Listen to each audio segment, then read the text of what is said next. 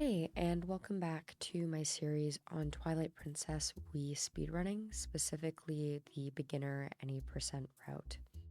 In the last video, I went over an introduction on some things you may want to know before you actually start your run, including some questions you may have. In this video, I'm going to be focusing on the Slingshot segment, but before we get there, I have a couple things I want to mention. The first thing I want to mention is that I will not be running with splits during this series. On the right-hand side, I have an example of the splits that I used when I was running the beginner route. If you'd like to pause the video and copy them down, you can go for it.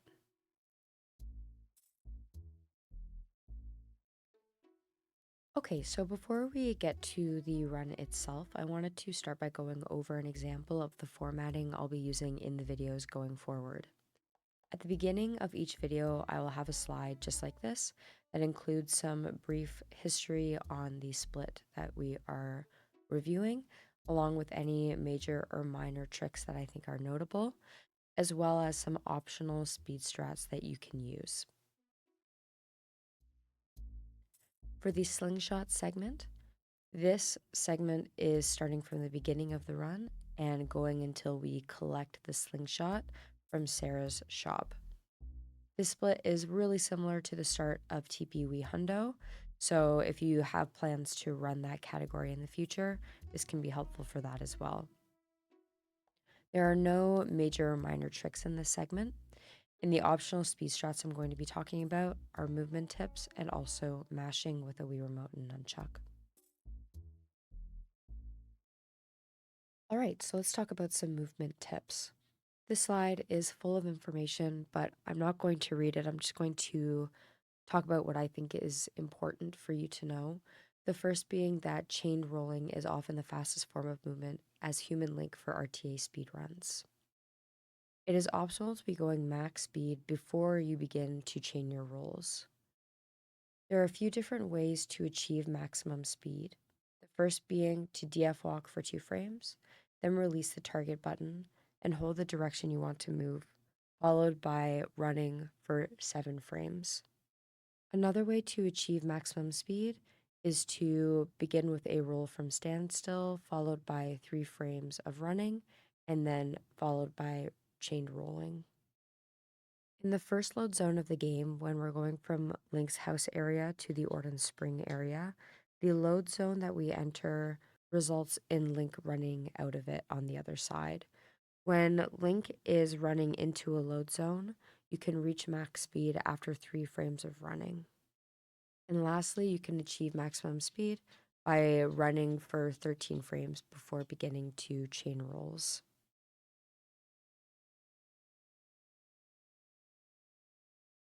So one of the speed strats I wanted to talk about today is text mashing, and the 3 different, types of it that I'll talk about today is just typical text mashing, how I like to mash text and hold a direction afterwards, and lastly, bow mashing. So for typical text mashing, I hold the nunchuck and the Wii remote in my left hand, and then I alternate A and B with my thumb and my index finger.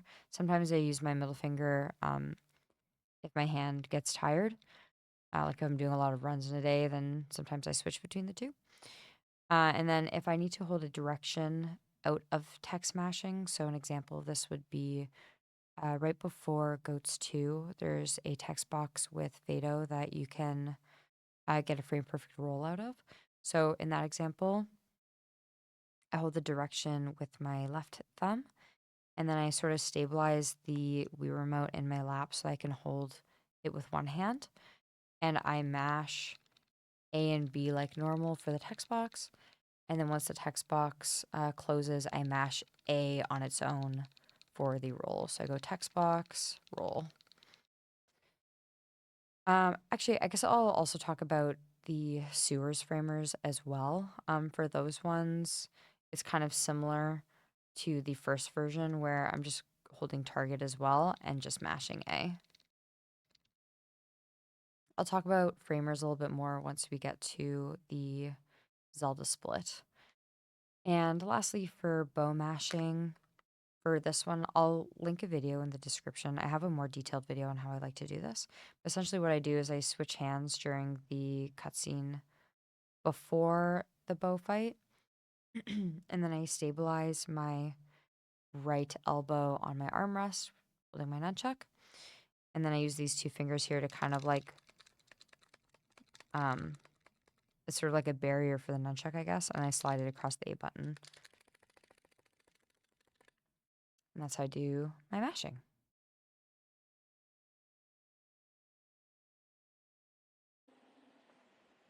Alrighty, so let's get started with the run. We're going to start with 3 blank save files. You can press the plus button on the Wii Remote to advance the naming sections, and we will start our splits upon pressing the A button on the TV settings menu. A perk of speedrunning Twilight Princess is that you can skip past the intro cutscene and get started with the gameplay right away. If you have ever watched a Twilight Princess speedrun before, you may remember seeing the runner grab the rock here, named Dwayne, and use it to clip past the Orden Gate before performing back in time, or bit, the glitch that spawns you on the title screen map. You'll notice that we are not grabbing the rock right away, and this is because we will not be performing bit in the beginner route. Bit by itself is not too tricky of a trick, but the issue is that if we perform bit, we must perform sword and shield skip later. Sword and shield skip is not considered beginner friendly, so we avoid doing both tricks during this route. Therefore, you will notice that we complete more of the early tutorial segment of the game in the beginner route compared to the intermediate and optimal routes.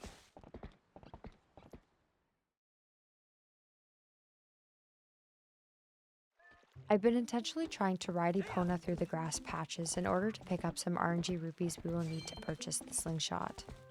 It is ideal to have at least 3 rupees going into the Orden Ranch load zone, and even more ideal to pick up a blue rupee.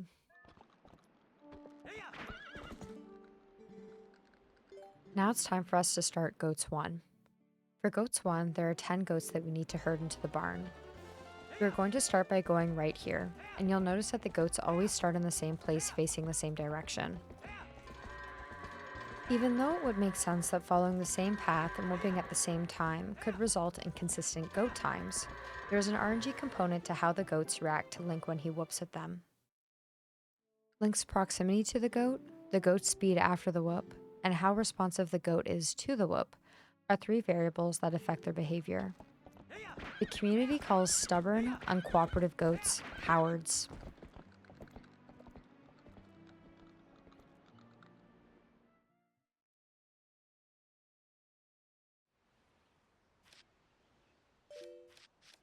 After a good night's rest, it's time to start Orden Day 2.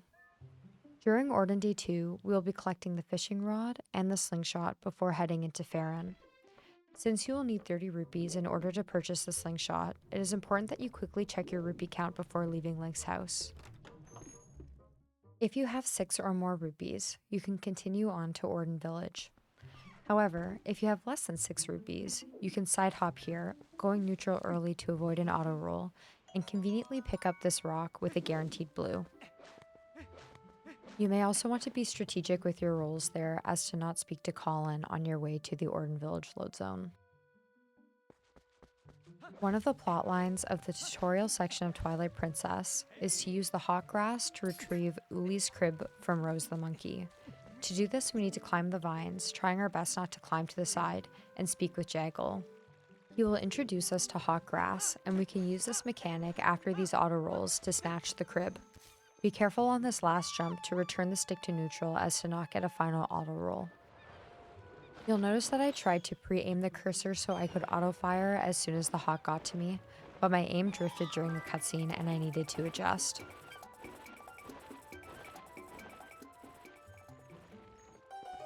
With the stolen crib in hand, it's time to do some crib parkour and navigate over to Uli by the river. We will rudely advance her text as quickly as possible and run to her house without her.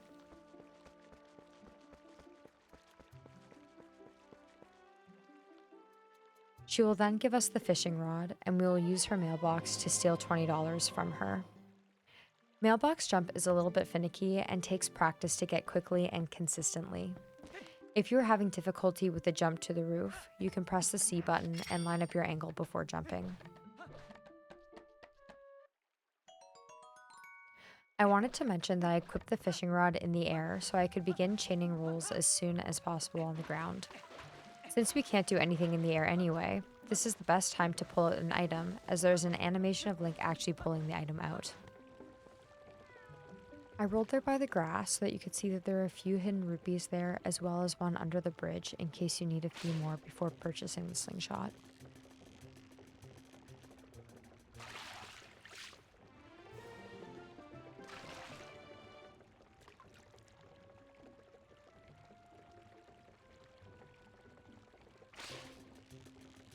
Pay close attention here. It is absolutely crucial that you watch the most adorable cutscene of all time. A fun little fact is that the name of this cat is whatever you use while setting up your save file.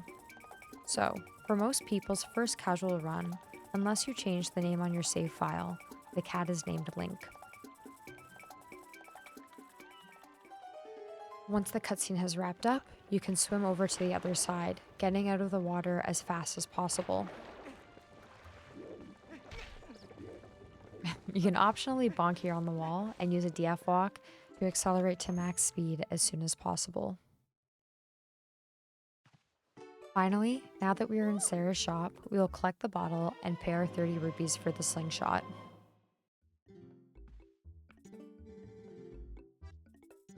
Whoops, it looks like I skipped the text too quickly a couple of times.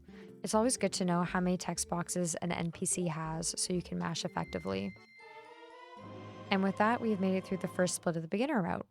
In the next video, we will be reviewing the Talos segment, so see you there!